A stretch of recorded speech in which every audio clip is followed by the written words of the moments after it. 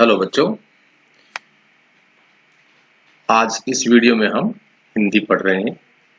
तो हिंदी में हम लेसन पढ़ रहे हैं पानी तेरी अजब कहानी। ठीक है, तो इसका एक्सरसाइज हम करेंगे। तो शुरू करते हैं। पता लगाएं कि कौन कौन से उद्योग जल की सहायता से चलते हैं। उद्योग क्या होते हैं? जो फैक्ट्रियां होती हैं, इंग्लिश में हम फैक्ट्री बोलते हैं। तो उद्योग जहां नई चीजें हम बनाते हैं उसको उद्योग कहते हैं। जल की सहायता से, पानी की सहायता से। ठीक है, बहुत सारे ऐसे उद्योग हैं जो पानी की सहायता से चलते हैं। ठीक है, चमड़े का सारा उद्योग है, और भी बहुत सारी जो खाने की भी चीजें कुछ हम बनाते हैं उनमें भी पानी का इस्तेमाल होता है। ठीक है, तो बहुत सारी ऐसी इंडस्ट्री है, उद्योग हैं जो कि पानी से चलते हैं। उसके बाद भाषा की बात। नीचे जल से कुछ शब्द बनाए गए हैं। ठीक है, जैसे जलज, जल से उत्पन्न, कमल। ठीक है, जलद, जल देने वाला यानी कि बादल को कहते हैं। इसी प्रकार अंबु, नीर, वारी से भी कुछ शब्द बनाए। ठीक है, तो हम ये अंबु है, टेबल बनाएंगे, अपनी कॉपी में टेबल बनाना और उसमें ये हम शब्द बनाना सीखेंगे। ठीक है, जय लगाना है अंबु के साथ तो अंबुज बन गया। दय लगाना है तो अंबुद बन गया। धर, अंबुधर बन गया। धी, अंबुधी बन गया। ठीक है, अब नीर, नीर के साथ हम लगाएंगे ज, नीरज बन जाएगा। दय लगाएंगे, नीरद बन जाएगा।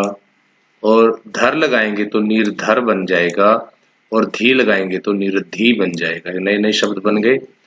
वारी में अब यही शब्द हम, यही अक्षर हम जोड़ देंगे। ठीक है, वारीज, वारीज, ये वारिज बन गया। ये वारिद बन गया, वारीधर, और ये वारिधि। तो इस प्रकार हमने कुछ शब्द ये बनाए। नेक्स्ट क्या है? होना पड़े न पानी पानी। पानी पानी क्या होता है? शर्मिंदा होना। ठीक है, मुहावरे का प्रयोग किया गया है जिसका अर्थ है शर्मिंदा होना। इसी तरह पानी से संबंधित कुछ मुहावरे इकट्ठे करें और उनका उचित संदर्भ में प्रयोग करते हुए वाक्य बनाएं।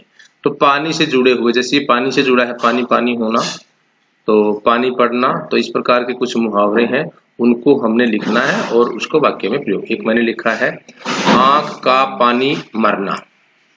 तो क्या होता है? शर्म मर जाना, शर्म खत्म हो जाना। महेश की तो आंख का पानी मर गया है। इससे क्या साबित होता है कि वो आदमी जानबूझकर ऐसा कर रहा है। उसको सब कुछ पता है लेकिन फिर भी वो इस बात को नहीं मानता है, कि बेशर्म हो जाता है आदमी। ठीक है, पानी भरना। पानी भरना क्या होता है? चापलूसी करना। पानी भरना क्या होता है? एक प्रकार से चापलूसी करना। हेमा की सुंदरता के आगे उसकी सहेलियां पानी भरती हैं। हेमा ज्यादा सुंदर है तो उसकी जो सहेलियां हैं उसके आगे पीछे उसकी प्रशंसा करती हैं, यानी कि पानी भरती हैं। ठीक है, मैं बता चुका हूं मुहावरे जो होते हैं उनमें लिखा कुछ होता है और उनका अर्थ जो है वो कुछ और होता है। ठीक है, पानी तेरी अजब कहानी। इस पंक्ति के अंत में चिन्ह लगाया गया है। यह चिन्ह खुशी हैरानी, इसको क्या कहते हैं?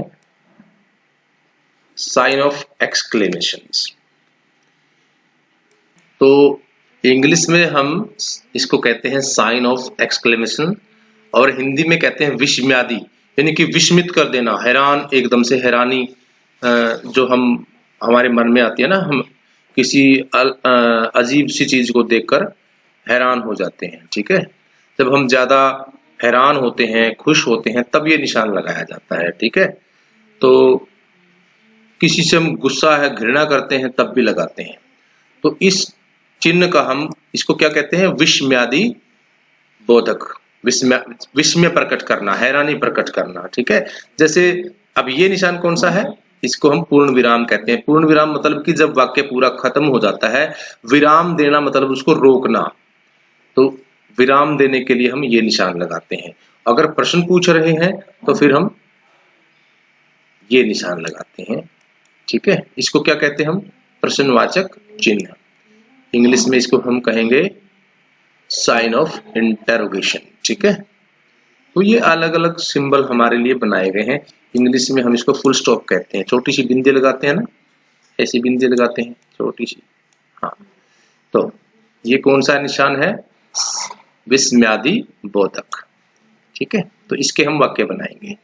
खुशी अगर जतानी है, हैरानी जताने के लिए अलग अलग हम निशान यही लगता है।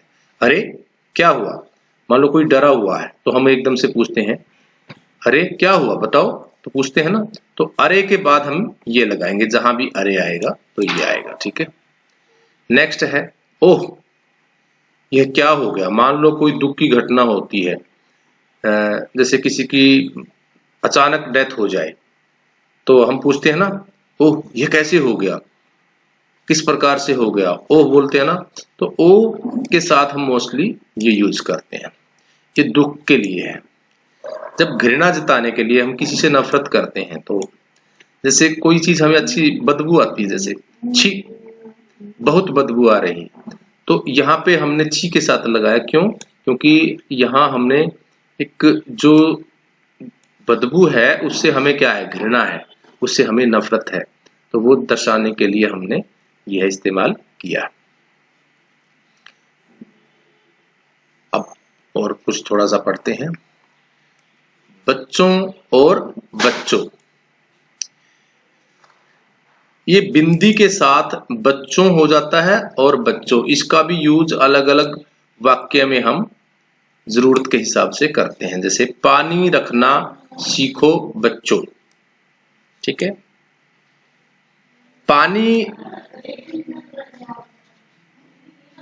क्या है, पानी अपने आप में एक ऐसा वाक्य है जिसको हम सिंगुलर भी और प्लूरल भी दोनों तरीके से यूज करते हैं।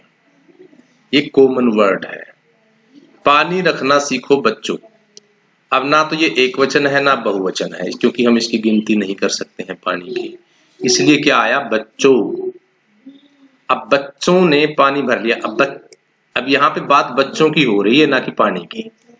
अब बच्चों की गिनती हम कर सकते हैं, इसलिए यहाँ पे बच्चों नहीं आया, यहाँ बच्चों आया, बच्चों ने पानी भर लिया। इस चीज का आप लोगों ने ध्यान रखना है। उन दोनों शब्दों को ध्यान से देखिए, बच्चों शब्द 2 बार आया है, लेकिन उनमें एक जगह अनुस्वार लगा है और दूसरे में नहीं। अनुस्वार क्या होता है, इस बिंदी, डंडे के ऊपर जो बिंदी लगती है, और अनुनासिक क्या होता है, चंद्र बिंदु को कहते हैं, अनुनासिक चंद्र बिंदु। ठीक है, जब हम किसी को पुकारते हैं या संबोधित करते हैं तो अनुस्वार का प्रयोग नहीं होता। यहाँ हमने किसको पुकारा, बच्चों को, बच्चों के लिए। ठीक है, तो अब थोड़ा सा और आगे एक्सरसाइज करते हैं। नीचे लिखे वाक्यों में दिए गए मोटे शब्दों को ध्यान से देखें, जिनमें अनुस्वार लगेगा वहां लगाएं। पेड़ों को, ये लाल रंग से जो है मैंने लगाए हैं, इसमें एक्सरसाइज में तुम्हें समझाने के लिए, पहले आपकी बुक में नहीं लगे मिलेंगे। पेड़ों यानी कि पेड़ों की गिनती हम कर सकते हैं। पानी दे दो। ठीक है, बच्चों मेरी बात सुनो। ठीक है, या बच्चों को हम पुकार रहे हैं, यह बच्चों की पुस्तक है। किसकी पुस्तक है, ये बच्चों की पुस्तक है, बच्चों के नाम, बच्चों को पुकार रहे हैं हम। बादलों ने सूर्य को भी ढक लिया। बादल ज्यादा है, बादलों ने सूर्य को भी ढक लिया है। बादलों अब तो बरस जाओ, यहां हम अनुस्वार नहीं लगाएंगे। तो ये एक्सरसाइज आपने करनी है। अगला देखो, सोचें और लिखें। जल बचाओ कल बचाओ। आपने कई बार यह वाक्य सुना होगा, तो एक नारा भी है, हम अक्सर पढ़ते हैं अपने आसपास, बहुत जगह ये लिखा होता है। तो 2 नारे आपने बनाने हैं, या आपने कभी सुने होंगे तो आप वो भी लिख सकते हैं। ये मैंने आपको सिर्फ एग्जाम्पल के लिए दिया है, आप खुद बना सकते हो और आपने वो लिखने हैं। इसी प्रकार जल से संबंधित 2 नारे आपने बनाकर लिखने हैं। जैसे मैंने लिखा जल है तो कल है, जल ही जीवन है, तो आप अपने सतर पर 2 नारे बना सकते हैं, उनकी पीछे की आवाज मिलनी चाहिए। जैसे जल है तो कल है, यह मिल गया, जल ही जीवन है, ये अपने आप में एक नारा है। तो इस एक्सरसाइज में आपने जो मैंने सिखाया है उसको ध्यान से समझना है एक बार, और उसको अपनी फेयरबुक में करना है, ठीक है। अपनी बुक में भी करेंगे और अपनी नोटबुक में भी करेंगे, ठीक है। और इसको आप कंप्लीट करके मेरे पास व्हाट्सएप पे भेजेंगे, ठीक है। Thank you, have a nice day.